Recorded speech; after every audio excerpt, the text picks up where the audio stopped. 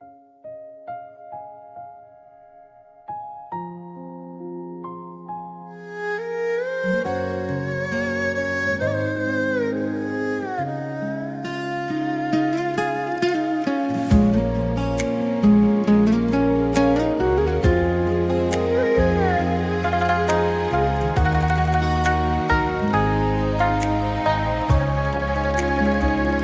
ូរ្យាពណ៌មានរៀបលឹកទៅហើយអោព្រះច័ន្ទអើយបំភ្លឺលោកផងបើមេឃងងឹនចិត្តខ្ញុំមួម៉ងព្រោះស្អែកអូនបងនឹងคล้ายជាអតីត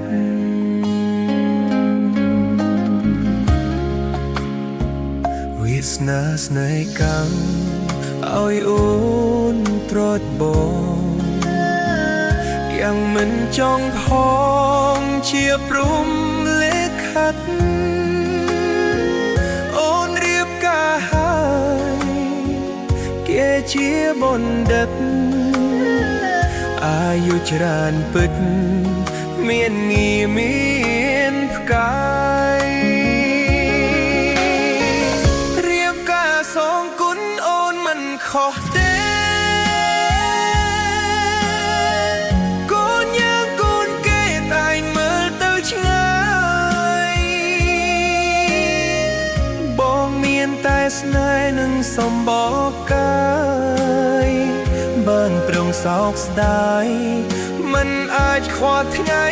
ស្អែកចំណោជីវិតនេះស្រាយ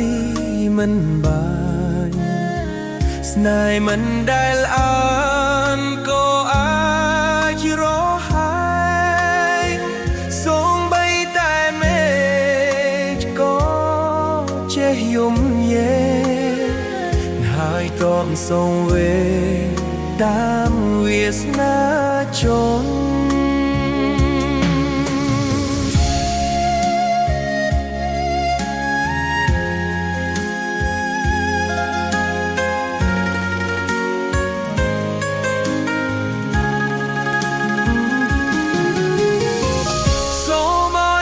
ថែអូនឲ្យល្អជាងបង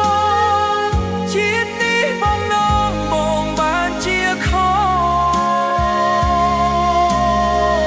បើមានជាតិក្រោយសូមប